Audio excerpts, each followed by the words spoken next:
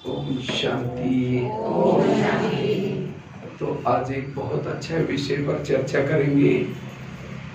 हम निश्चय बुद्धि और सकारात्मक कैसे बने। निश्चय बुद्धि और सकारात्मकता से सफलता मिलेगी।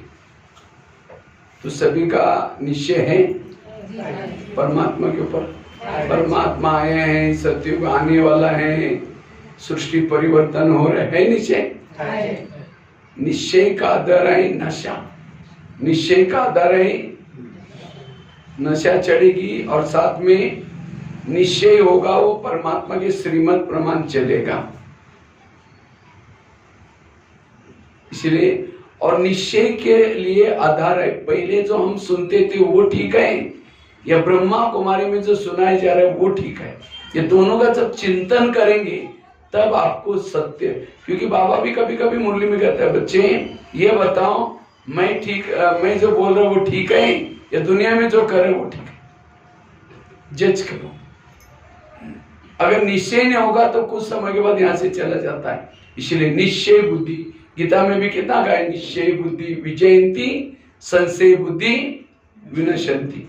तो निश्चय का आधार है, सोचो कि पहले हम सुनते थे वो ठीक है। जैसे दुनिया में कहा जाता है भगवान को प्राप्त करना है तो घर का त्याग करो, तो भगवान क्या हो जाएगा, ये ठीक है गलत है, ठीक है या राइट है या रॉन्ग है,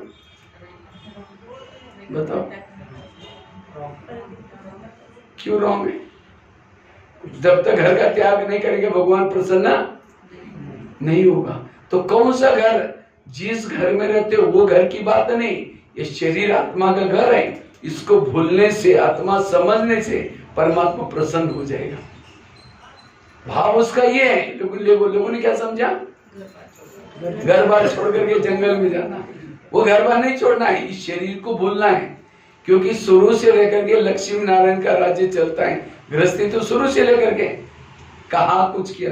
कहते हैं उपवास करने से भगवान प्रसन्न हो जाता है। कौन सा उपवास, वो मतलब नजदीक वास बना रहना, बुद्धि से सदा परमात्मा के पास रहना, ये क्या है उपवास। लेकिन लोगों ने कौन सा उपवास किया, न खाने पीने का, पेट का उपवास किया।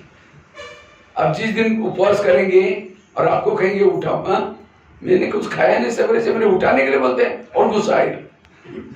इसलिए मराठी में कहते हैं आदि पोटोबा, भूखे पेट ना हो जाए गोपाला। इसलिए कहा कुछ किया कुछ।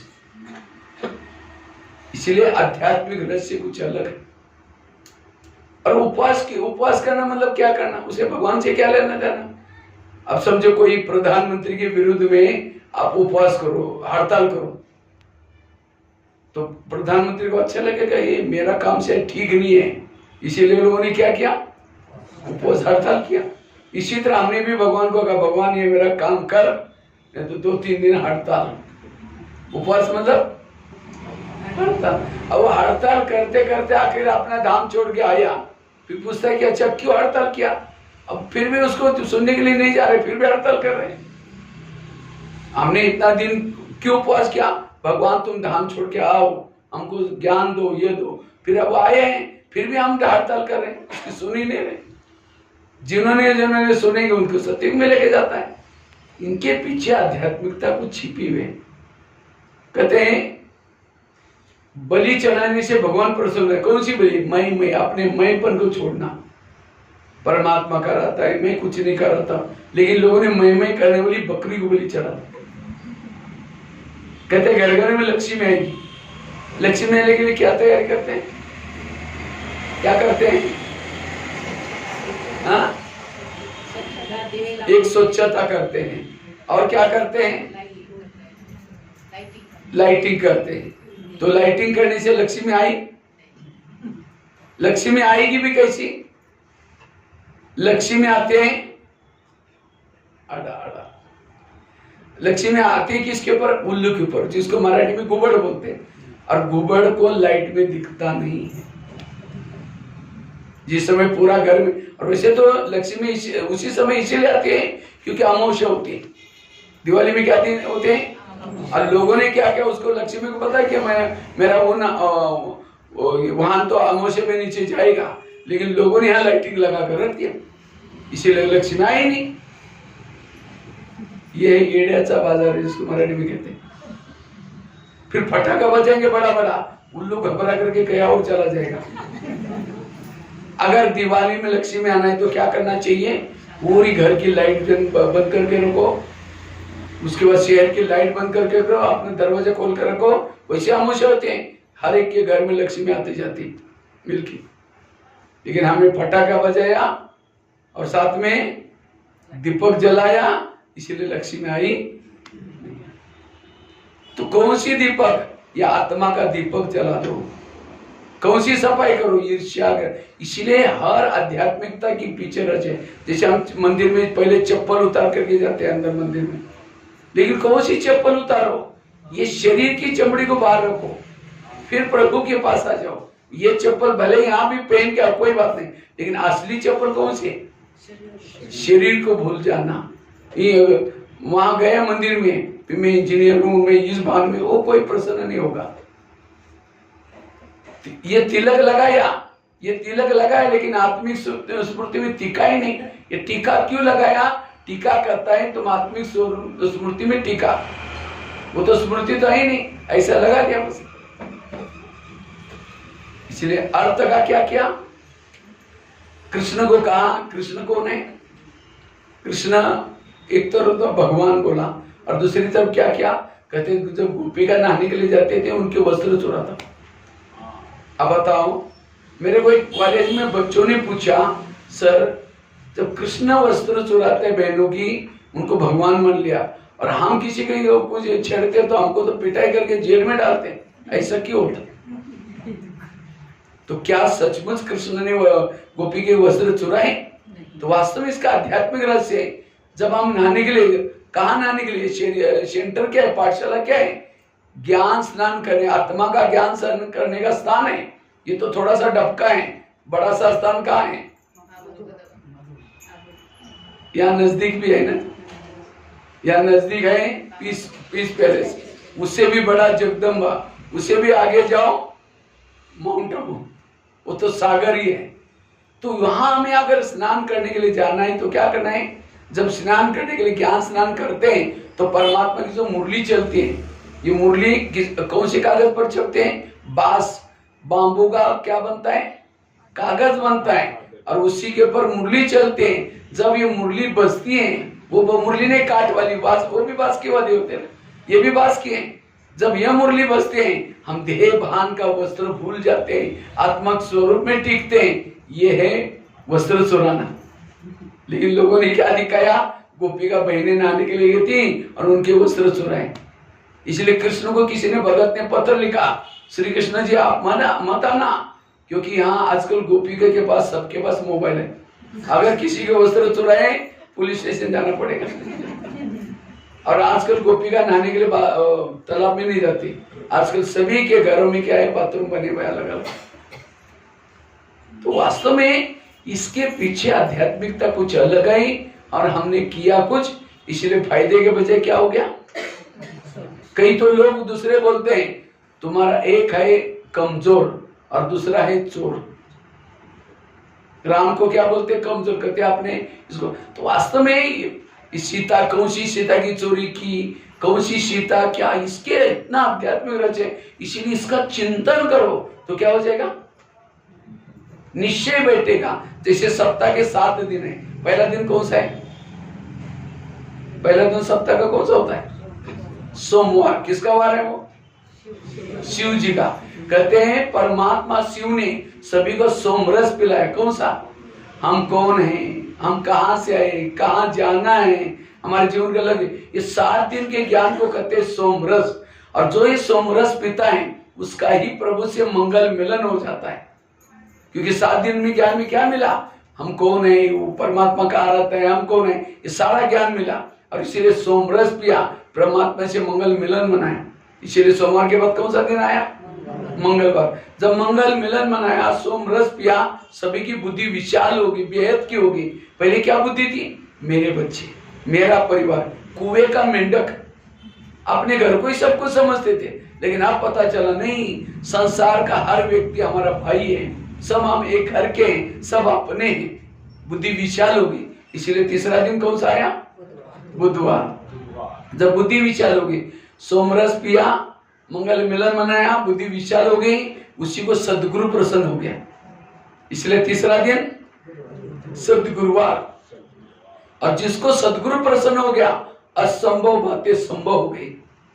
आज साइंस वालों ने क्या बोला, अगर कोई व्यक्ति ब्रह्मचर्य का पालन करेगा उसका दिमाग खराब हो जाएगा, क्योंकि वो पागल हो जाएगा। ऐसे भी साइंस वालों ने बोला है, क्योंकि पवित्रता की ऊर्जा दिमाग में जाएगी और वो पागल हो सकता है, इसीलिए कहते विकार में जाओ, साइंस वालों ने बोला है। लेकिन आज हमारे कितने भाई बहने बिके, कोई कोई तो कुमारी है, कई लोगों ने गृहस्थी में रहते हुए भी पवित्र हैं, पागल हो गए कोई। मैं तो सोचता जो विकारों में जाता है वही पागल बनता है। 4-5, 6 साल वाली बच्ची के ऊपर रेप केस हो रहा है विकारों में जाकर। शास्त्रों में क्या लिखा है, आग और कपास एक घर में नहीं रह सकते, अर्थात पति पत्नी एक जगह पर रह करके पवित्र नहीं रह सकते।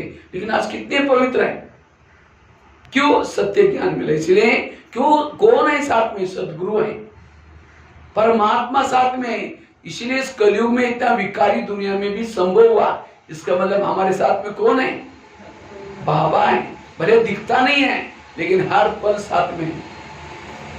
जब सदगुरु प्रसन्न हो गया, बुद्धि विशाल हो गई, मंगल मिलन मनाया, सोमरस पिया, तब आत्मा परमात्मा के मंगल मिलन से खुश हो जाते हैं। और इसलिए उसको कहते शुक्रिया, धन्यवाद। जब सुख मिलता है तो क्या बोलते हैं? शुक्रिया, धन्यवाद। जैसे इसलिए 5वां दिन कौन सा आया? शुक्रवार। जब शुक्रिया निकला, मंगल मिलन हो गया, सोमरस पिया, बुद्धि विशाल हो गई, सदगुरु प्रसन्न हो गया, तो आत्माओं को जो विकारों की शनि लगी थी, सबसे खतरनाक शनि है विकारों की शनि, काम, क्रोध, लोभ, मोह की शनि।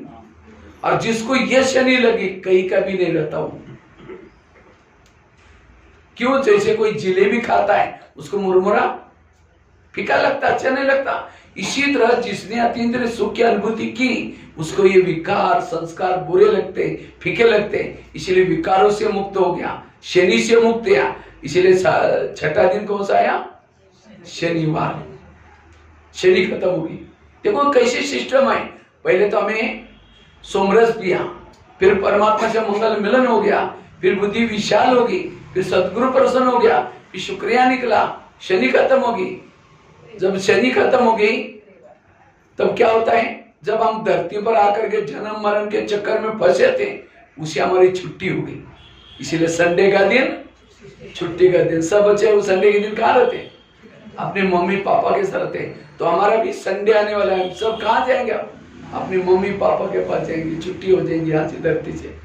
उसको दूसरे शब्द में होलीडे कहते हैं। होलीडे, पवित्र वो दिन है जिस दिन आत्मा और परमात्मा अपने घर में रहते हैं, वो है होलीडे। तो देखो कैसा सिस्टम से बना हुआ है। संगम युग में जो परमात्मा कार्य करता है उसके त्योहार बन जाते हैं, रीति बन जाते हैं, रस्में बन जाते हैं, शास्त्र बन जाते हैं, ग्रंथ बन जाते हैं, रामायण बन जाता है, महाभारत बन जाता है, सब कुछ संगम युग का। जब सत्य रामायण महाभारत में क्या दिखाते हैं? राम या रामायण में क्या दिखाते हैं? राम ने अपने सीता को कहाँ रखा था? अशोक वाटिका, जहां कोई शोक नहीं, दुख नहीं, वहां रखा था। लेकिन रावण आया, उसको क्या क्या लेकर कहाँ रखा? अशोक वाटिका। अर्थात परमात्मा शिव बाबा ने हमको सतयुग में रखा था। सतयुग त्रेता क्या है? अशोक वाटिका। कोई दुख नहीं, कोई अशांति नहीं। और सीता एक नहीं थी, अनेक सीताएं, आत्मारूपी सीता उन राम परमात्मा ने कहा रखा था? अशोक वाटिका में। लेकिन धीरे धीरे सतयुग त्रेता पूरा हुआ, वही सीता क्या करते हैं? ये लोभ लालच में आ जाते हैं, मृग दिखाते हैं ना, मृग हिरण, अर्थात ये स्त्री है, ये पुरुष है, ये मेरा है, तेरा है, उसमें आ गए द्वापर में। जैसे आ गए तो रावण लेकर कहाँ रख दिया। तो उसके बाद फिर राम क्या करता है? अयोध्या छोड़ करके, अयोध्या कौन सी है? वो परम धाम अयोध्या, ये कहीं यहाँ अयोध्या यूपी में, वो है अयोध्या। वहां से अपने धाम छोड़ करके आता है और बंदर सेना को लेता है। हम भी बंदर थे, हमारे अंदर भी विकार थे, तो ऐसे में से कुछ सेना को लेता है और बंदर सेना बना करके क्या करता है, लंका के ऊपर हनुमान को भेजा। हनुमान अर्थात जिन्होंने नाम मान शान का हनन किया है, जो पवन पुत्र है, हल्का रहता है ज्ञान योग के द्वारा, वो उसको क्या करता है, अंगूठी लेकर भेजा। ये चित्र प्रदर्शनी, ये ज्ञान, ये क्या है, अंगूठी। और वो लेकर, और जो उस कुल के हैं वो बाबा को क्या करेंगे। मुझे तो ये ज्ञान का परिचय कैसे मिला, एक रद्दी में मिला था। मैंने उस राम की अंगूठी को पहचान लिया।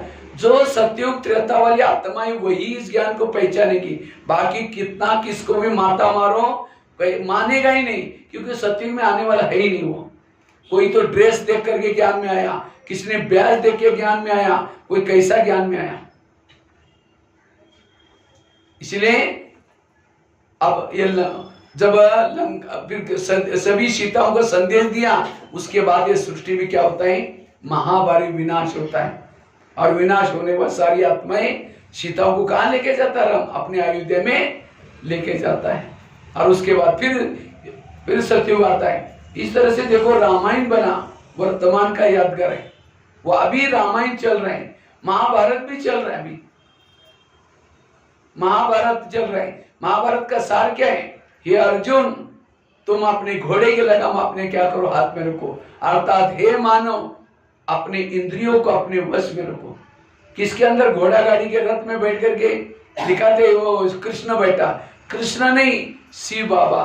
कृष्ण को क्यों दिखाते हैं, क्योंकि ब्रह्मा बाबा कौन बनता है, श्री कृष्ण। तो ब्रह्मा बाबा थोड़ी ज्ञान सुनाता है, ब्रह्मा बाबा के रथ में कौन बैठता है, शिव बाबा बैठता है, और ये सारा ज्ञान हमको सुनाता है। और इसीलिए सारा यहाँ मिक्स किया हुआ है। इसलिए ऐसी बातों का चिंतन करो। आज गणपति बिठाया जाता है, गणपति को क्या बोलते हैं, विघ्न विनाशक। विघ्न विनाशक गणपति को बोलते हैं। तो गणपति की पूजा करने से विघ्न विनाशक नहीं बने। आज कितने सारे विघ्न पूरा आया था, गणपति ने मदद किया। कोल्हापुर में तो बहुत लोग बुलाते, क्यों मदद नहीं किया। एक बार एक पूरा आया था और एक गणपति का भगत बहुत भक्ति करता था, वो डूब गया। जैसे डूब गया चिल्लाता है, गणेश जी आओ, गणेश जी आओ। मैंने दिल से आपकी भक्ति किया, तो भी आखिर वो भगत क्या हो गया, मर गया। ऊपर गया तो गणेश जी सामने से डांस करते आ रहे थे। तो कहता है मैं डूब गया था, पूरा आया था हमारे गाँव में, मैं कितनी भक्ति किया था, आप क्यों नहीं आए। गणेश जी और डांस करना शुरू किया। कहता है मैं डूबा मरा और आप डांस करें और डांस करें। कहते गणेश जी कहते उसमें क्या हुआ, आप तो हर साल मुझे डांस करके डुबाते, मैंने एक बार ही डुबाया तो उसमें क्या हुआ।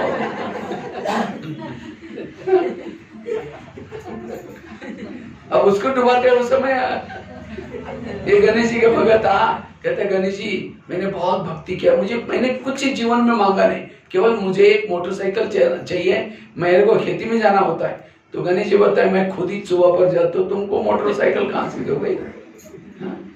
तो कहने का मतलब ये इनके पीछे की आध्यात्मिक रहस्य है। गणेश किसका पुत्र था, शिव जी का पुत्र था। गणेश किसका पुत्र था, शिव जी का पुत्र था। शिव जी अर्थात कल्याण करता है, जिसका बाप कल्याणकारी है, उस पुत्र के जीवन में विघ्न कैसे हो सकते हैं। और उसकी माँ क्या थी, कौन थी, पार्वती। पार्वतन मतलब इस वतन से भी पार रहने वाली उसकी माँ है। माना हमारा बाप वही रहता है, माँ भी वही रहता है, माना हमारा सबका परिवार का है, ऊपर है। और उसका भाई कौन था, कार्तिकेय। कार्तिकेय अर्थात ब्रह्मचारी, जिन्होंने पवित्रता को भाई बनाया, जिसका बाप कल्याणकारी, जिसकी माँ पार्वतन में रहती है, उसके जीवन में रिद्धि और सिद्धियां पीछे आ जाएगी। उसकी पत्नियां कौन थी, रिद्धि सिद्धि। लेकिन आजकल पवित्र कोई रखता नहीं, उस परमात्मा का परिचय है ही नहीं, और इसलिए रिद्धि सिद्धि अर्थात जीवन में सफलता आती नहीं। ये उसका। और गणेश जी का एक एक अंग हमें विघ्न विनाशक बनने की प्रेरणा देता है। गणेश जी का पेट बड़ा दिखाता है। पेट भरा आता, तुमको कोई गाली देता है, कोई अपमान करता है, निंदा करता है, उस बातों को तुम पेट में रखो, इधर उधर नहीं सुनाओ। लेकिन आज का व्यक्ति बिना सुनाने रहता ही नहीं। आज खा तो माता ही तो, माताओं के पेट में कोई बातें ठहरती नहीं।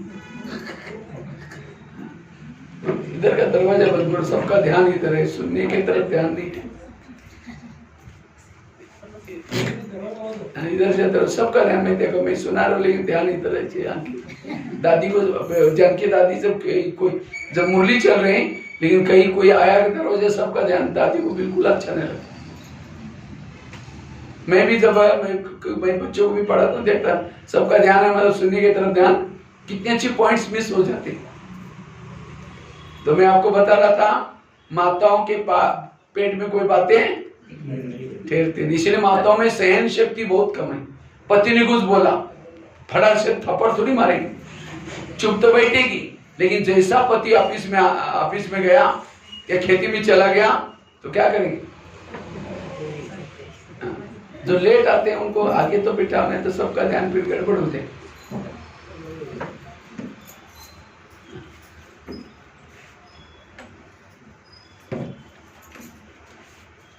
हाँ, इसको बंद कर दो।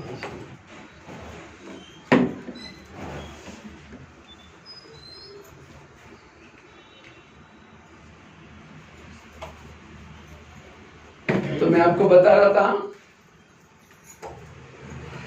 पति ने कुछ बोला, सास ने कुछ बोला, माता थोड़ी ठक करके थप्पड़ मारेगी, चुप तो बैठेगी, सहन तो करेगी, लेकिन जैसा पति ऑफिस में चला गया क्या करेगी? पड़ोसी के पास जाकर बैठेगी, पानी मारने के बहाने, माचिस लेने बहाने जाएगी, फिर पूछेगी खाना खाया? वो कहेगी अरे क्या खाओ, मेरे पति ने बड़ा घमासान किया। वो कहेगी मेरा भी कोई कम है क्या? यही तो मैं सुनाने के लिए आए। अभी सास भी ऐसी है, वो कहेगी हाँ वो भी ऐसी है, बेटा भी ऐसा है। आधा घंटा तक वो अपने घर की सुना रहे, वो अपने, इसको कहते हैं पर चिंतन। फिर जाते जाते वो बोलेगी मैं कभी कभी धमकाती हूँ, तुम कम नहीं करना, नहीं तो अभी से कंट्रोल में ना, नहीं तो सिर पर बैठेगा, तुम्हारा भी तो अधिकार है, तुम भी तो आर्दान नहीं है उसका, बस अभी से ये कर। बस वो बातें सुन के आई, सारा दिन वही चिंतन चलता है। शाम को आएगा धमकाऊंगी, शाम को आएगा धमकाऊंगी। जब शाम को आता है पानी मांगता है, कैसे देंगे? ले तेरे को आता है, गुस्से से पानी दिया, गुस्से से खाना बनाया। ये क्या हुआ? पेट में बातें ठहरी नहीं, इसका सारा परिणाम। और जो हमारे बॉडी में 70% पानी, जब पानी गुस्से वाला पीते हैं वो झेर का काम करते हैं, कई अंदर की बीमारियां शुरू हो जाती हैं। फिर खाना भी कैसा बनाया? गुस्से में बनाया, बर्तनों को ये करते हैं। वही खाना खाने के बाद 30 दिन के बाद उस खाने का खून बन जाता है। हम जो खाना खाते हैं उसका क्या बनता है? खून बनता है। अब जैसे खून है वैसे हमारे विचार बनते हैं। खाना अशांति में बनाया तो खून भी कैसा बनेगा? अशांत। तो इसलिए विचार भी हमारा। फिर वो पति क्या करेगा? चलो बस मजा नहीं आ रहा है, थोड़ा शांति के लिए आ जाते हैं, चलो छुट्टे हैं, दोस्तों के पास जाते हैं, दोस्तों के पास जाएगा, दोस्त घूमने के लिए जाएगा, कई दिन तो दोस्ती बनते हैं। फिर कहेगा चलो सिगरेट पीते, शराब पीते, नशा करते। कुछ समय के बाद माता क्या बोलते हैं? मेरा पति बिगड़ गया। किसने बिगड़ा? किसने बिगाड़ा उसको? खाना पर, वो बात पर सहन शक्ति नहीं, वो बातें क्या क्या पड़ोसी को सुनाया, उसने राय दी तुम भी धमकाओ, तुम भी ये करो, बस धमकाना शुरू किया, उसका ये अशांत हुआ, उसके खुद ही बिगाड़ा। इसलिए नारी जागी संसार जागा, नारी सोई सारी संसार सोया। इसलिए माताओं को क्या करना है? कोई भी बातों को पेट में रखना है। तब आपने गणेश जी की पूजा की। गणेश जी की तो पूजा करते रहते, बातें समय लेने, पूजा पहुंचेगी नहीं उसके पास। और गणेश जी को हाथी का सिर दिखाते, हाथी के कान बड़े बड़े होते, सुपड़े जैसे, वो हिलाता रहता हमेशा। क्यों हिलाता रहता है? कहते हाथी के कान में चींटी गई, मर जाता, इसलिए चींटी ना जाए, इसलिए क्या करता वो? हिलाता रहता है। इसी तरह हमें भी निर्विघ्न बनना है, हमें भी अटेंशन रूपी कान हिलाते रहना है। लेकिन हम क्या करते हैं? हिलाने के बजाय कोई व्यर्थ बातें सुनाता है, और क्या हो, क्या हो, उठ की जा रहे कहीं बैठना, चाय पी के, चाय पिलाते बैठ जाओ। वो चाय निगेटिव बातें सुना रहे, उसको क्या पिला रहे? कोई आपके घर में कोई कचरा लाकर डालेगा तो क्या कहेगा? आपका बहुत धन्यवाद, रोज आएगा, और जब पूजा होती है वहां डालेगा। एक दिन अगर कचरा डालेगा तो रोज आता रहेगा, डालता रहेगा। और यही आज हमारे विघ्नों के कारण है। इसलिए गणेश जी तब प्रसन्न होगा जब आप किसी के परचिंतन की बातें नहीं सुनेंगे, कान हिलाते रहेंगे, तब वो निर्विघ्न बनेंगे। उसकी आंखें बड़ी बड़ी दिखाते, छोटी छोटी दिखाते। हाथी को छोटी चीज क्या होती है? बड़ी दिखती है। इसी तरह निर्विघ्न बनने के लिए छोटा संकल्प भी कोई गलत चला तो भी बड़ा समझ के उसको परिवर्तन करो, तब निर्विघ्न बनेंगे। और क्या दिखाते हैं? या तो मोदक खिलाते, कई नॉर्थ के टाइप पर लड्डू ज्यादा गणेश जी को खिलाते हैं। लड्डू क्यों खिलाते हैं? क्योंकि लड्डू अर्थात बूंदी है, एक एक बूंदी, ये लड्डू है। एक आरके नगर का एक लड्डू, एक एक आत्मा, मतलब वो क्या है? आत्मा का कलर कैसा होता है? लाल सर। बूंदी कैसी होती है? लाल कलर वाली होती है ना, केसरी वो कलर डालते हैं उसके अंदर। हाँ, बूंदी। अगर एक बूंदी समझो लड्डू से अलग हो गई तो चिटिया क्या करेगी? उसको खत्म कर देगी। इसलिए हमें निर्विघ्न बनना है तो रोज 1 घंटे के लिए यहाँ लड्डू के बूंदी के साथ आकर के चिपक करके बैठना है, ज्ञान सुनना है। जो ज्ञान सुनेंगे सारा दिन आप कैसे रहेंगे? निर्विघ्न रहेंगे।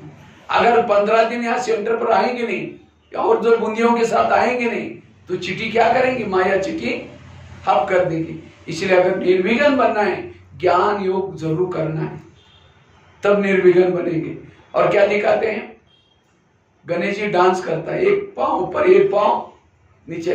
अर्थात जो निर्विघ्न बनने वाला आत्मा सदा क्या कहेगा? अब घर जाना है, अब घर जाना है, डांस करता रहेगा, एक पांव ऊपर एक पांव नीचे।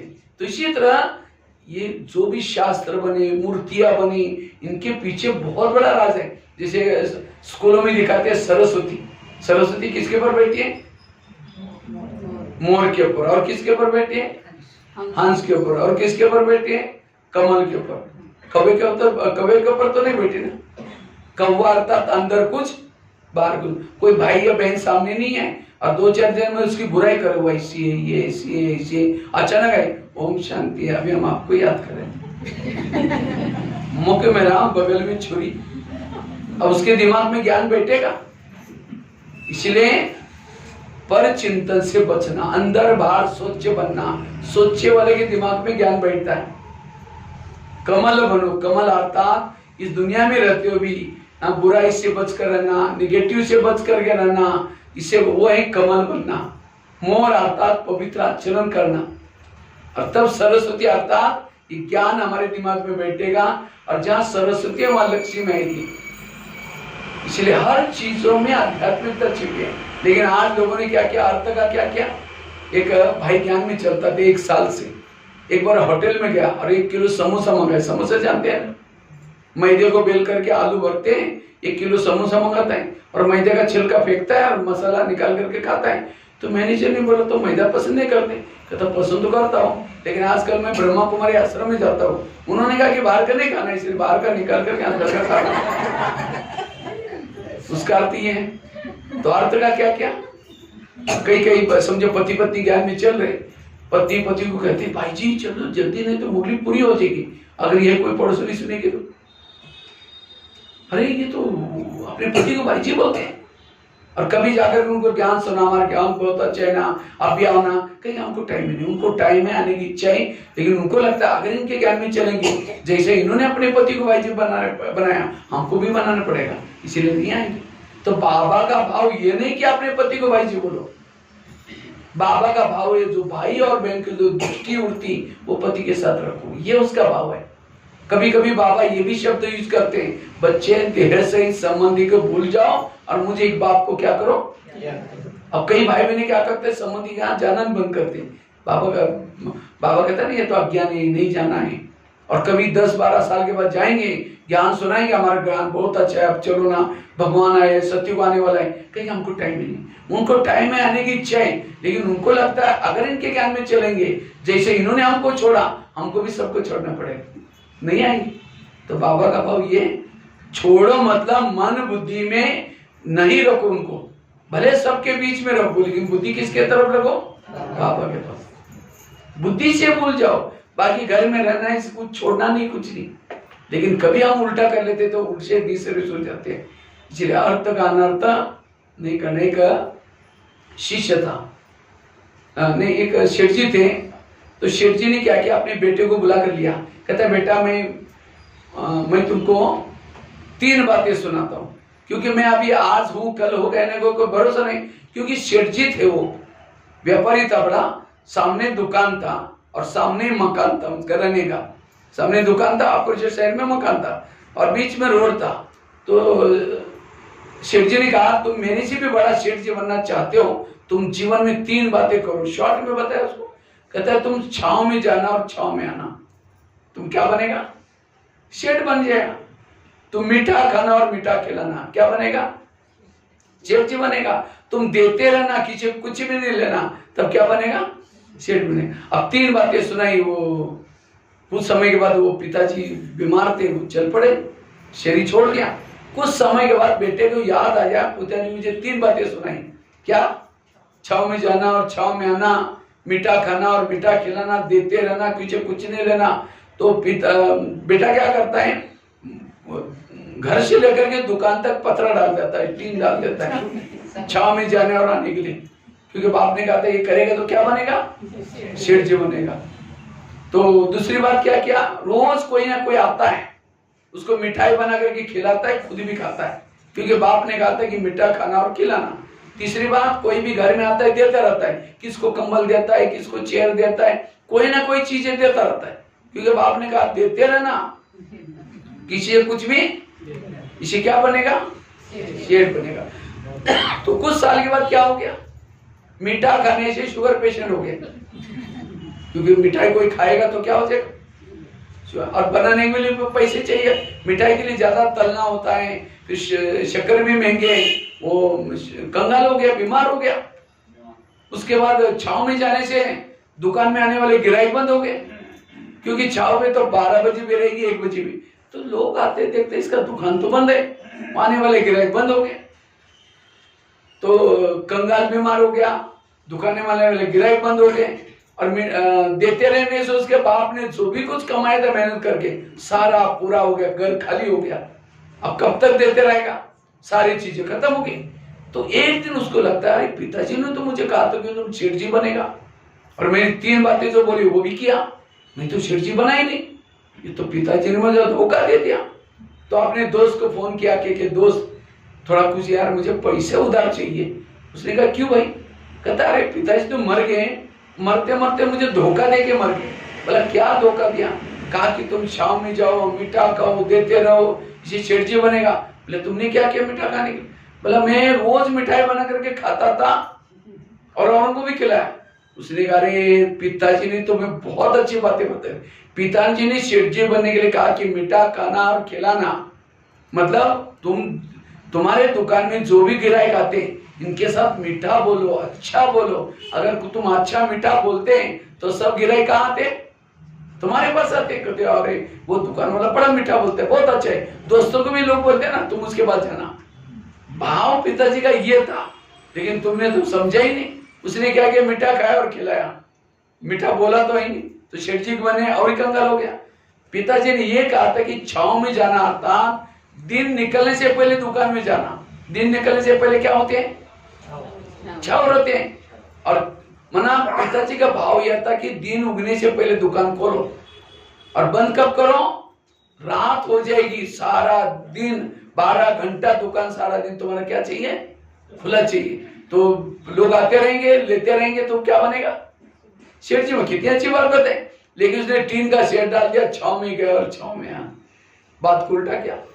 और देते रहना, तुम इतनी कमाई करना जो किसी को कुछ दो, पैसा दो, लेकिन किसी से कुछ लेना नहीं है। कितना अच्छी बात बताए, समझा नहीं।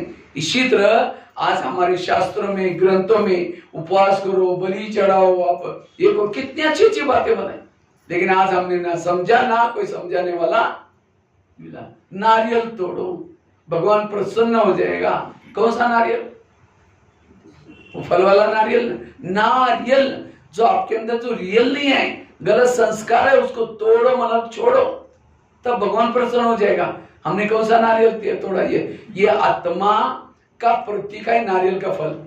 आत्मा का प्रतीक क्या है? नारियल का फल। नारियल में क्या होता है? अंदर पानी होता है, खोबरा होता है, ऊपर से कवच होता है, ऊपर से कवच, कवच बड़ा कड़क होता है। अगर वो पानी पीना है, खोबरा खाना है, तो क्या करना पड़ता है? कवच को तोड़ना पड़ता है। इसी तरह आत्मा के अंदर शांत स्वरूप, आनंद स्वरूप, शक्ति स्वरूप बहुत अच्छे गुण है, लेकिन ऊपर विकारों का कवच लगा हुआ है। काम, क्रोध, 63 जन्मों से कवच लगा हुआ है। इसको अभी हमें क्या करना है? यहाँ आकर के ज्ञान और योग की छने रत होने से क्या करना है? उस कवच को तोड़ना है। यह है नारियल तोड़ना। लेकिन लोगों ने कौन सा नारियल तोड़ा? वो फल वाला नारियल तोड़ा। नारियल आत्मा के 3 शक्तियां होती है। कौन सी?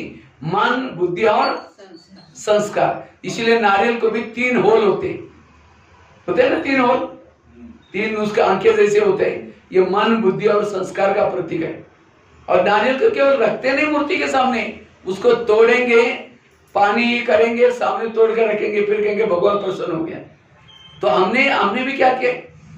अपने नारियल को, आत्मा को क्या लाए? शिव बाबा के पास लाकर रखा हुआ है, तोड़ा ही नहीं, ओरिजिनल संस्कार बाहर किया ही नहीं। बाबा प्रसन्न नहीं होगा। केवल बाबा का बनने से, ब्रह्मा कुमारी में आने से बाबा प्रसन्न। उसको तोड़ो, ओरिजिनल संस्कार को बाहर निकालो। और एक धक से उद्घाटन करते समय जब नारियल डालते हैं, एक धक से टूट गया, कहते मूर्त तो बड़ा शुभ है। 5 बार मारा, टूटा ही नहीं। ये मूर्त ठीक नहीं है। बहुत दिनों से ज्ञान में चल रहे हैं, ओरिजिनल संस्कार बाहर नहीं आ रहे, मतलब आपका सत्य का पद ऊंचा नहीं होगा। इसलिए ये है नारियल तोड़ना। लेकिन लोगों ने क्या किया? वो फलों का नारियल तोड़ा। इसलिए हर चीज के पीछे आध्यात्मिकता छिपी हुई है, ज्ञान छिपा हुआ है। इसलिए हमें अर्थ का अनर्थ नहीं करना है। इसको, ज्ञान को अच्छी तरह क्या करना है? हमें समझना है। और जब हमारा ज्ञान समझेंगे तब हमारे बाबा के ऊपर क्या होगी? निश्चय बुद्धि। इसलिए पहले निश्चय बुद्धि बनो और इसके लिए ऐसा ऐसा चिंतन करो। और जो चिंतन करेगा, अभी आप लोग कहाँ खड़े हैं? चौराहे पर खड़े। कहाँ खड़े हैं? चौराहे में। चौराहे में कोई होता है, उसको रास्ते का पता नहीं तो क्या हो जाएगा फिर? अब इधर जाओ, इधर जाओ, इधर जाओ, इधर जाओ, कहाँ जाओ? अगर उसको ज्ञान, इसी तरह आज हमें चौराहे में खड़े, अगर रोज यहाँ आएंगे, ज्ञान योग करेंगे, विकार पर जीत प्राप्त करेंगे तो सतयुग की तरफ जाएंगे। अगर यहाँ आएंगे, ज्ञान योग करेंगे, विकार पर जीत प्राप्त नहीं करेंगे, त्रेता युग में जाएंगे। युद्ध करने वाले कहाँ? यहाँ आएंगे नहीं, भक्ति करते नहीं, कहेंगे ब्रह्मा कुमारी में क्या करते हैं? तो भी भक्ति कर रहे हैं, तो अपने कोई भक्ति करते रहेंगे तो कहाँ जाएंगे? द्वापर में। और मौज मस्ती करते रहेंगे, जो है कलयुग लोग करते, खाते पीते मौज करते रहेंगे, कलयुग में जाएंगे। तो कहाँ जाना है? अभी आपके हाथ में। कहते एक 4 बच्चे थे, पिताजी थे, पिताजी, एक पिताजी के 4 बच्चे थे। वो बच्चे हमेशा लड़ते रहते। पिताजी हमको घर की स्टेट पार्ट की चाहिए, तो पिताजी को लगता मैं किसको कितना दूं। एक दिन क्या किया, पिताजी ने 4 बच्चों को बुलाया, अरे एक एक मुट्ठी गेहूं दिया। अका की बेटा एक एक मुट्ठी गेहूं दिया, अका की मैं 10 साल के लिए बाहर जाने वाला हूं, फिर बाद में जब आऊंगा तो घर की स्टेट पार्ट को दूंगा। तो पहले बच्चे ने जो गेहूं की मिट्टी दी, सोचेगी क्या इतना सा गेहूं कहाँ रखना है, कचरे में फेंक दे जाते जाते हैं। दूसरे बच्चे ने सोचा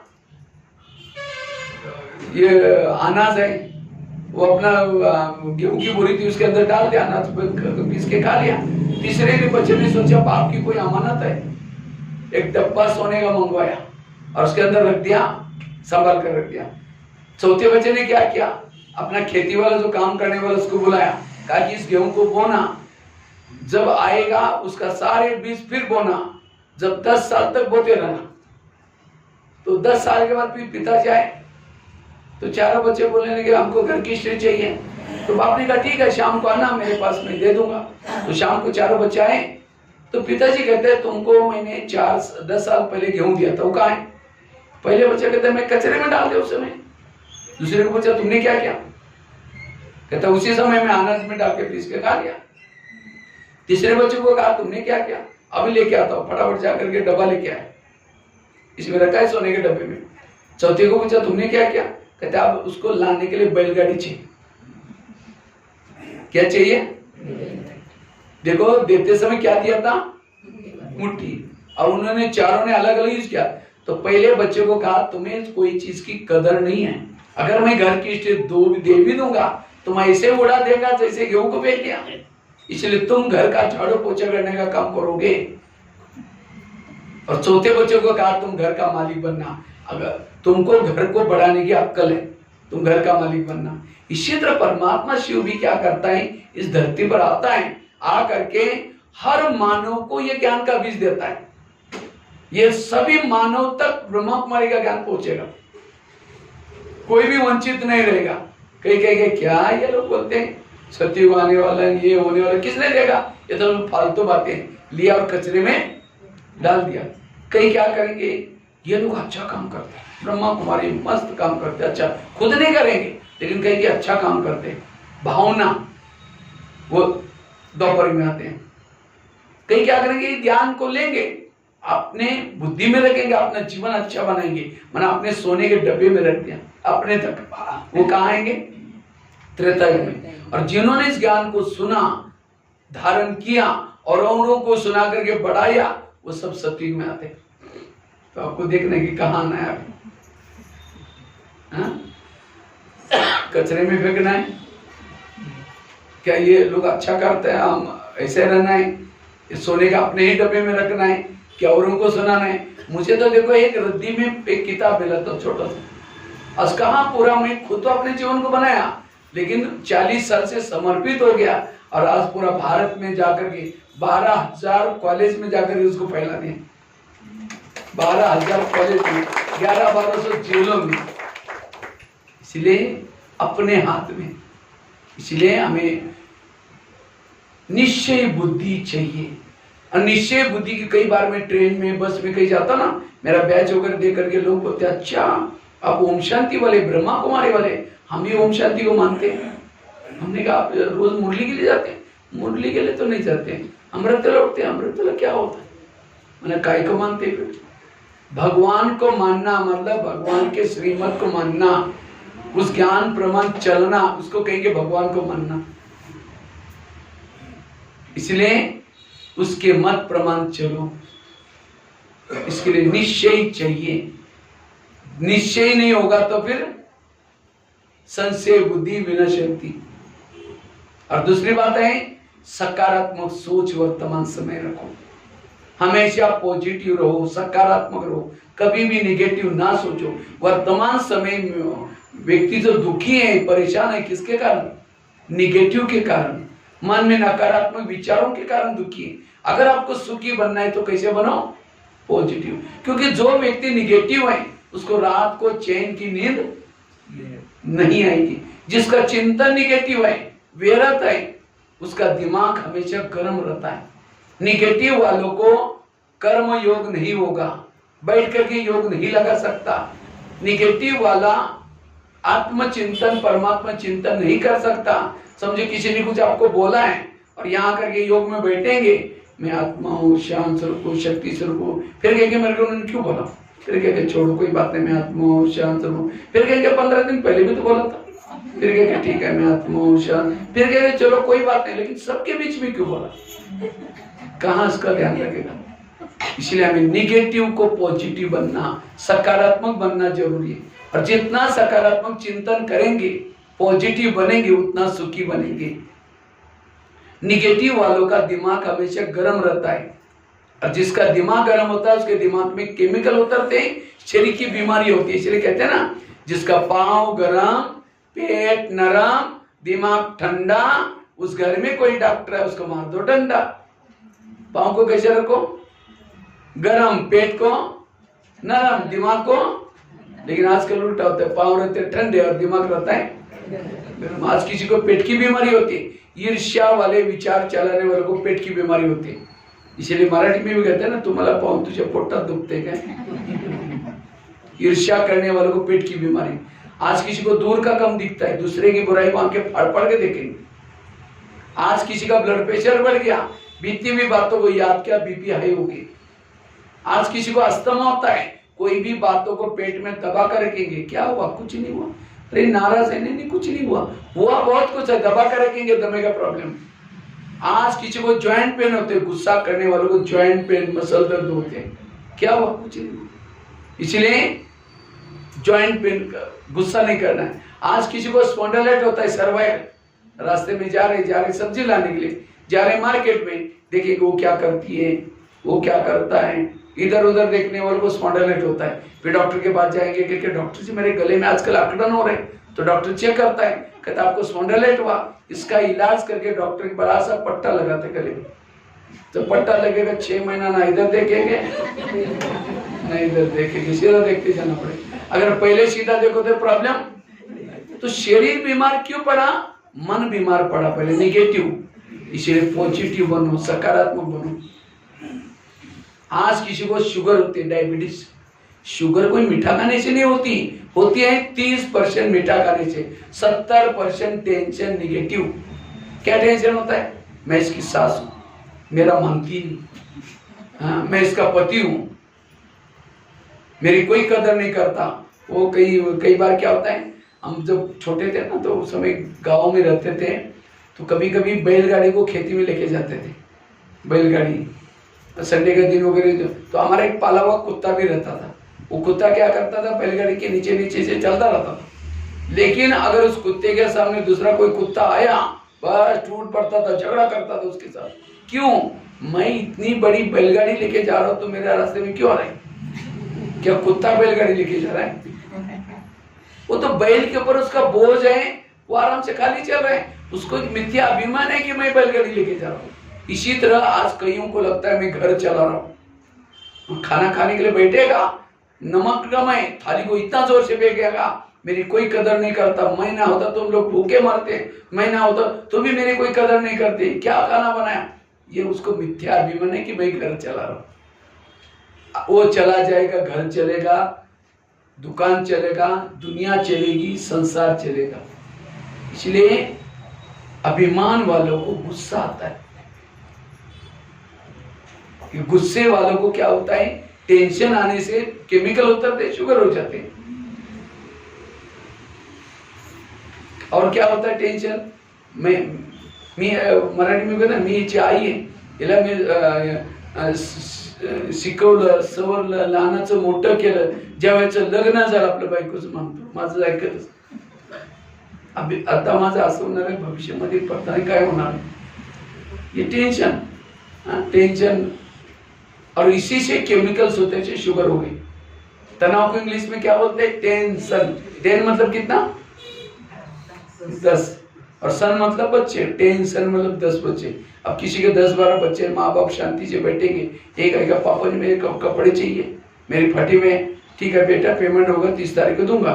तब दूसरा आता है, पापा जी मुझे परीक्षा की भी देने, अब उसके बगैर तीसरा आएगा, पापा जी में जितने बच्चे उतनी समझ अभी।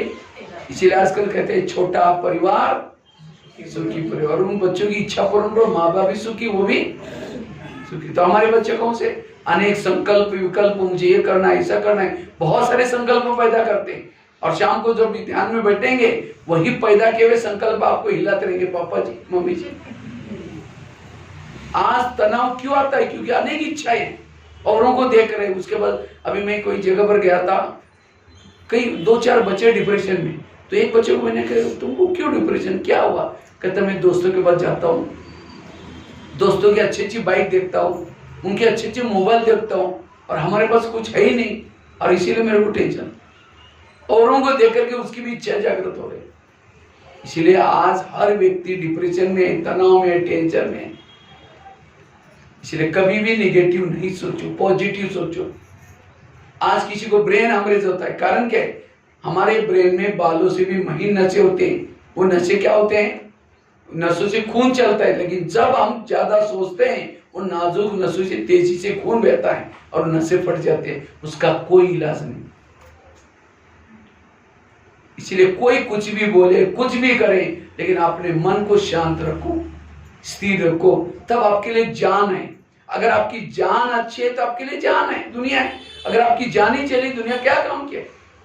इसलिए हमेशा निगेटिव वाला सुसाइड करता है, किसी का मर्डर करता है, नशा करता है, हो रहा है ना आजकल दुनिया में। इसलिए वर्तमान समय अगर सुखी बनना है, पॉजिटिव बनो, सकर।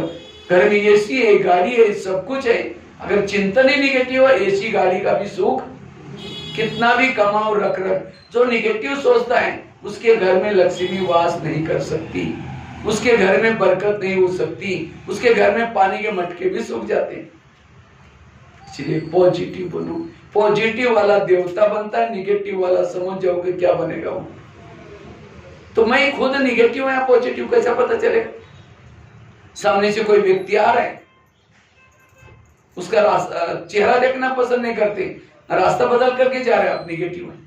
अगर आपके पति की कोई महिमा करता है, अरे तुम्हारा पति तो बड़ा अच्छा है ना, तेरे को क्या पता, तुमने दूर से देखा है, मैं तो पूरा लाइफ उसके साथ रहती हूँ। अगर मेरे जगह पर कोई और होती वो कब से भाग जाती। मैं कैसी रहती हूँ मुझे पता है। अगर पति की महिमा सुन नहीं रहे, निगेटिव है। कोई सास की महिमा करता है, अरे तुम्हारे सास तो बड़े अच्छे, तुमको क्या पता वो क्या बुरी है, निगेटिव। अगर एक व्यक्ति के प्रति भी आप निगेटिव हैं, आप सुखी नहीं हैं, आपको तनाव टेंशन है। कई कहते हैं बस उसको छोड़ करके मैं सबको दुआएं दे सकती हूँ, बस उसको छोड़ो, वो लायक नहीं है, उसको ही आपको दुआ देनी है। इसलिए पॉजिटिव बनो, सकारात्मक बनो। निगेटिव वाला उसका मानसिक रूप से थक जाता है, शरीर रूप से भी थक जाता है। निगेटिव वाला जेलों की चक्कर काटता है, कुछ ना कोई अपराध होता है उसे, या फिर हॉस्पिटल की चक्कर काटता है, बीमार पड़ जाता है, या फिर कोर्ट कचहरी की चक्कर काटता है, पुलिस स्टेशन के, और ये सारी जगह जेब काटने वाली जगह है। इसलिए वर्तमान समय पॉजिटिव बनना जरूरी है, स्थिर चित्त बनना जरूरी है। अगर किसी को ब्रह्मा कुमारी में आने के लिए बोलो तो क्या बोलते हैं, हमको टाइम ही नहीं है, ज्ञान सुनो तो टाइम ही नहीं है, और कोई यहाँ नहीं आएंगे, अशांति होगी, दुख होगा, कई अपराध हो जाएगा, जेल में जाने का टाइम है।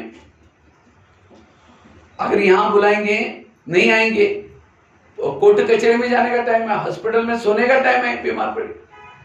ब्रह्मा कुमारी में आओ, कहीं भी जाने की जरूरत नहीं पड़ेगा। और ये सारी जगह जेब काटने वाली जगह है। वही पैसा अगर भंडारे में डालो, अभी भी अच्छा, भविष्य भी अच्छा बन जाएगा। कोर्ट कचहरी में देंगे तो, और आजकल डॉक्टर को ईमानदार नहीं होते, गए थे कुछ करने के लिए और ही कोई किडनी वगैरह निकाल कर लेंगे। इसीलिए डॉक्टरों से सावधान, कोर्ट कचहरी की सावधान, और इस सब से बचने का साधन है पॉजिटिव बनो, सकारात्मक बनो। तो सकारात्मकता कहाँ मिलती है? टीवी खोलेंगे मिलेगी, अखबार पढ़ने से नहीं मिलेगी, पड़ोसी निभाजक बातें करने से मिलेगी। सकारात्मकता का आधार है ईश्वरीय महावाक्य मुरली। इसलिए रोज यहां करके बाबा की मुरली सुनो। जो मुरली आजकल कई डॉक्टर कहते हैं कि आप ज्यादा टेंशन में नहीं हो, उसके लिए कोई टैबलेट देता है, ये टैबलेट खाओ तो टेंशन दूर हो जाएगा। ब्रह्मा कुमारी इसका ज्ञान का एक एक पॉइंट क्या है? टैबलेट है। वो टैबलेट खाएंगे साइड इफेक्ट हो जाएगा डॉक्टर की, लेकिन यहाँ की टैबलेट से कोई साइड इफेक्ट नहीं है। इसलिए हमें रोज अपना आकर के ब्रह्मा कुमारी की पाठशाला एक प्रकार की क्या है, छोटा सा हॉस्पिटल डिस्पेंसरी है। वो पीस पैलेस बड़ा सा हॉस्पिटल है पूरा कोल्हापुर जिले के लिए, और जगदम्बा वो हॉस्पिटल कम पड़ रहा है, इसलिए कहाँ बना रहे बाबा भवन, वो भी कम पड़ेगा मुझे लगता है, क्योंकि आजकल सबका मन बीमार है। मन के लिए कोई डॉक्टर दवाई देता है? इसीलिए पॉजिटिव बनो, सकारात्मक बनो। जिनका मन बीमार उसका तन बीमार। आजकल डॉक्टर ये कहते हैं कड़वी चीजें खाना पसंद करो, करेले खाओ, कड़वे के पत्ते खाओ, मेथी के लड्डू खाओ, अर्थात जीवन में आने वाली कड़वी बातों को डाइजेस्ट करो। करेले मतलब सब्जी की करेले की बात नहीं। आजकल डॉक्टर ये भी कहते हैं कि खुश रहो, लेकिन आजकल लोग खुश होने के लिए क्या करते हैं? लाफिंग क्लब में जाते हैं। आजकल हर शहरों में क्या बना रहे? लाफिंग क्लब, हंसने के क्लब। आज कोई हंस भी नहीं सकता, और वहां जाएंगे हाथ ऊपर करेंगे, हाँ हाँ हाँ करेंगे, घर में आते पत्नी का मुंह देखते चेहरा डाउन। इसलिए सदा खुश रहो, और सदा खुश रहने के लिए अब घर जाना है, अब सत्युग आने वाला है, लेकिन हमारी खुशी गायब क्यों होती है? क्यों तनाव होता है? इसके लिए एक दो ही बातें शॉर्ट में सुना करके मैं पूरा करता हूं। पहली बात है, जो हुआ अच्छा हुआ, जो हो रहा अच्छा, जो होगा वो भी अच्छा। मेरे जीवन की हर घटना में कल्याण है समझ करके चलो। किसी ने आपकी चुगली की, यहाँ की बातें वहां भी की, तो भी कल्याण है। आप टेंशन में नहीं आओ, सोचो नहीं, उसका जिम्मेवार भगवान है। एक रामायण की घटना सुनाता हूं। राम राजा बनने वाला था, लेकिन रात में आकर के मंत्रा ने कई कई दो चार उल्टी बातें सुनाई। तुम्हारा बेटा भी तो है, तो बेटे को छोड़ करके राम को राजा बना रहे। और ये बातें सुन करके राम को राजा बनाने के बजाय 14 वर्ष वनवास में भेजा। सीता गई, लक्ष्मण गया, तीनों भी घर से चले गए। वियोग के कारण दशरथ ने प्राण त्यागा। खाने का प्रॉब्लम, सोने का प्रॉब्लम, घास में सोए, किसके कारण? किसके कारण? मंत्रा के कारण। तो मंत्रा को जो भी देखेगा उसकी भावना अच्छी चलेगी बुरी चलेगी। मैं खुद जब बचपन में रामायण देखता था, मंत्रा काला सा ड्रेस पहन करके डंडा लेके आती थी स्क्रीन में, मैं कहता इस बुढ़िया को उसको नहीं देखना। लेकिन एक दिन मैंने जब सोचा तब पता चला मंत्रा ने राम के साथ जो किया वो अच्छा किया। अगर रात में ना आती राम क्या बन जाता? राजा। राजा बनता तो जंगल में नहीं जाता, सीता की चोरी ना होती, रावण को ना मारता, रावण को ना मारता, राम की महिमा कोई नहीं गाता। राम की महिमा किसके कारण? मंत्रा के कारण। इसी तरह हर एक के घर में आसपास में भगवान ने तो मंत्रा रखी, लेकिन आज हमारा जो टेंशन है वही मंत्रा है। लेकिन राम के मंत्रा ने राम का भला किया, तो आपकी मंत्रा क्या करने वाले? हाँ? अगर आपके जीवन में मंत्रा ना आती, ना आपको इतना अच्छा दैवी परिवार, हनुमान, राम को जो वनवास में भेजा, हनुमान मिला, अंगद मिला, ऋषि मुनि, किसके कारण? मंत्र के कारण। तो आपको आज बाबा मिला, दैवी परिवार मिला, दीदी दादियां मिली, किसके कारण? आज तक की मंत्र के कारण। इसलिए आज तक जिन्होंने तंग किया, परेशान किया, उन सबको धन्यवाद दो। आप लोगों ने हमें तंग किया, हमारा बहुत अच्छा हुआ, लेकिन फिर 5000 साल के बाद तंग करने के लिए जरूर आना। ये है पॉजिटिव। इसलिए हर जीवन के हर घटना में कल्याण है, निगेटिव नहीं सोचो। इसलिए जो हुआ अच्छा हुआ, जो हो रहा अच्छा, जो होगा वो भी मेरे जीवन की हर घटना में कल्याण। इस मंत्र को पक्का करना। दूसरी बात है कर्म गति को याद रखना। जो हुआ मेरे कर्म गति, आज आपके घर के जितने भी लोग हैं वो कौन है? कोई आपको देने के लिए, कोई आपसे, और जिन्होंने इस लेने देने के लिए गणित को समझा, उसको कभी भी तनाव टेंशन नहीं आएगा, वो सदा सकारात्मक चलेंगे। आज कई कहते हैं मैं इसके रास्ते में कभी जाती नहीं, मैंने इसका पूरा कुछ किया नहीं, फिर भी ये मेरे साथ ऐसी क्यों करती है? टाली कभी एक हाथ से, टाली के लिए कितना चाहिए? अगर कोई व्यक्ति मेरे साथ उल्टा सुल्टा करता है, मैंने भी कभी किया था, भले ही जन्म में नहीं, लेकिन कोई ना कोई जन्मों में किया, इसलिए इनका हिसाब किताब है। किसी ने गाली भी दी, क्या समझो? अच्छा इनका भी बहुत दिन का बाकी था, पूरा हो गया। कोई आपको संकल्प नहीं चलेंगे, लेकिन इस हिसाब किताब के बातों को हम भूल जाते हैं, तब तनाव आता है, टेंशन आता है। आपके घर के आसपास के सारे लोग देने के लिए, लेने के लिए आए। कर्मों से शरीर बनता है, संबंधी मिलता है, सब कुछ कर्मों से। एक बहुत सुंदर घटना में सुनाने जा रहा हूं, और इसका मैं प्रश्न पूछूंगा, इसलिए ध्यान से सुनना इस घटना को। इससे आपको बहुत कुछ बातें मिलेंगी। एक आगरा में पति पत्नी रहते थे, गरीब थे, झोपड़पट्टी में रहते थे आगरा में, आजरा में नहीं, आगरा में। तो उनके पास एक मेहमान आया। वो मेहमान दिल्ली में आया था खरीदारी करने के लिए, लेकिन दिल्ली की दुकान बंद थे। सोचता है कि क्या करूं, चलो मैं आगरा घूम के आता हूँ। तो आगरा गया, सारा दिन आगरा देखा, लेकिन रात को सोने का प्रॉब्लम हो गया उनको, उस मेहमान को। सोचे कि जहां भी जाते थे सब कहते हमारा होटल बुक है। और उसको लगता रात को कहाँ सो जाओ, बैग में करोड़ रुपए पड़े, कहीं स्टेशन पर सो जाओ चोरी हो जाएगा, कहीं बस स्टैंड पर सो जाओ तो भी। तो अचानक उसको याद है मेरी गरीब पति पत्नी, चलो उनके पास जाता हूँ। रिक्शा करके गया। वो तो बड़े खुश हो गए, इतना बड़ा व्यापारी कभी ना आने वाला, खिलाया पिलाया, चाय पानी दिलाई। सोने से पहले उसने अपनी बैग खोली। जब बैग खोली तो गरीब की पत्नी की नजर बैग में गई।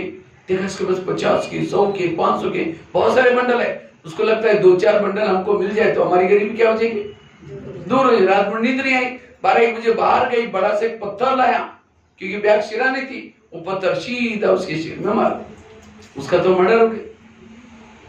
पति की नींद खुली, पति कहते ये क्या हो गया, कहता अब हमारी गरीबी दूर हुई। क्या ये बात किसी पुलिस वालों को पता चलेगा? लोगों को पता है, कहते किसी को पता ही नहीं चलने देंगे। अब इस व्यापारी को जमुना नदी में डाल देते। रात को 2 बजे उन्होंने इस मुर्दे को बोरी में डाला, पीछे यमुना नदी थी उसके अंदर फेंक के वापिस आए, किसी ने नहीं देखा। जब वापिस आए घर में झोपड़ी में तो देखा खून ही खून लगा था। उनको लगा किसी को पता ना चले, तो उन्होंने रातों रात लिपाई पुताई करके दाग भी मिटाया। अब उन्होंने तो दीवार के तो दाग मिटाएगा खून के, लेकिन कर्मों के दाग कोई मिटा। इसलिए भजन है ना, कर्म काले का मिटे न रे भाई, लाख करे कोई चतुर है। उन्होंने उसी पैसे से एक प्लॉट लिया, छोटा सा मकान बनाया, दुकान खोला, गहने बनाई, गाड़ी खरीदी, उनकी गरीबी दूर हो गई। लेकिन उनको कोई बच्चे नहीं थे, दोनों ही थे। कुछ साल के बाद एक बच्चा हो गया और एक ही बच्चा था, खिलाया पिलाया, कलेक्टर बनना जितना पढ़ाया, लेकिन अचानक उस बच्चे को टाइफाइड हो गया। तो उनको लगता है बच्चे को कुछ न हो जाए, बड़े से हॉस्पिटल में इलाज किया, बहुत खर्चा हुआ। उस खर्चे के पीछे उनको गहने बेचने पड़े, डॉक्टर की विधि। दुकान चालू किया तो उसको भी बंद किया, मकान बनाया था उसको, अपना गाड़ी लेता उसको भी बेच दिया। उनको लगता है बच्चा ठीक हो जाएगा, कलेक्टर बनेगा, गाड़ी गहने सब लेंगे। लास्ट में मकान भी बेचा, झोपड़पट्टी में चले गए। तो एक दिन वो बच्चा कहता है पापा जी अपने को जो मिला था पैसा खत्म हो गया, मैं जा रहा हूँ, बच्चा मर गया। तो बच्चा कौन था वो? जिस व्यापारी को मारा था। तो आत्मा तो मरती नहीं ना, आत्मा शस्त्रों चिकाटते ना, वही आत्मा पैसा लेने के लिए बच्चे के रूप में आए थे। ये है ऊपर वाले का डंडा, ये है कर्मों की कोई। तो ये मैंने क्यों सुनाया? आज माँ बाप ने होटल नहीं देखा, पैसा पैसा इकट्ठा किया, और बच्चा कोई ऐसा पैदा हुआ गलत संगत में जा रहे, नशा कर रहे, लेकिन माँ बाप को टेंशन आ रही। वो बच्चा कौन है? वो बच्चा आपके पिछले जन्मों का हिस्सा है। लेकिन ये ज्ञान न होने के कारण हम कहते ये मेरा बेटा ऐसा क्यों कर रहा है, ये मेरे साथ क्यों हो रहा है, टेंशन में आ रहा है। ऊपर भी देखे भगवान तुमने भी आंखें बंद किया क्या, मेरे साथ क्या हो रहा है? तो पिछले जन्म में गलत करते समय भगवान को पूछा था, भगवान आप मैं गलत कर, अब देख लेना। इसलिए आज हमारे जीवन में वर्तमान जो प्रॉब्लम है पिछले जन्मों के हिसाब है। इसलिए कर्म गति को समझ करके सदा पॉजिटिव रहो, कभी भी तनाव टेंशन। और ये सभी का अंतिम जन्म है, इसके बाद हमें जन्म लेने वाले नहीं। जो भी 63 जन्मों से किया है सारा मुझे चुप तो करना है। तो कितने प्रॉब्लम आएंगे, थोड़ा भी अगर निगेटिव बना तो निश्चय बुद्धि की कमी। कई तो क्या लोग भी बोलेंगे अरे ये ओम शांति में जाते हैं, ब्रह्मा कुमारी जाते हैं, तो भी इनके घर में ऐसा क्यों? ब्रह्मा कुमारी में कब आए? 10 साल 2 साल पिछले जन्म में थे ब्रह्मा कुमारी, और उस समय गलत कर्म क्या चुमंत्र हो गया? लोगों से नहीं डरो, भगवान से कभी ना डरो। किसे डरो? अपने गलत कर्मों से जरूर डरो। इसलिए कर्म गति को जो समझता है उसको कभी भी तनाव टेंशन नहीं आता। समझो कोई सास है, बहू को तंग करते हैं, बहू तनाव टेंशन में आती है। कभी कभी ऐसी बहू तो सुसाइड भी करते हैं। अगर सास और बहू का पिछले जन्म दिखाई जाए तो आज जो बहू है पिछले जन्म में उसकी सास थी, और जो सास है वो कौन थी? बहू। इसीलिए कहते हैं ना सास भी कभी बहू थी।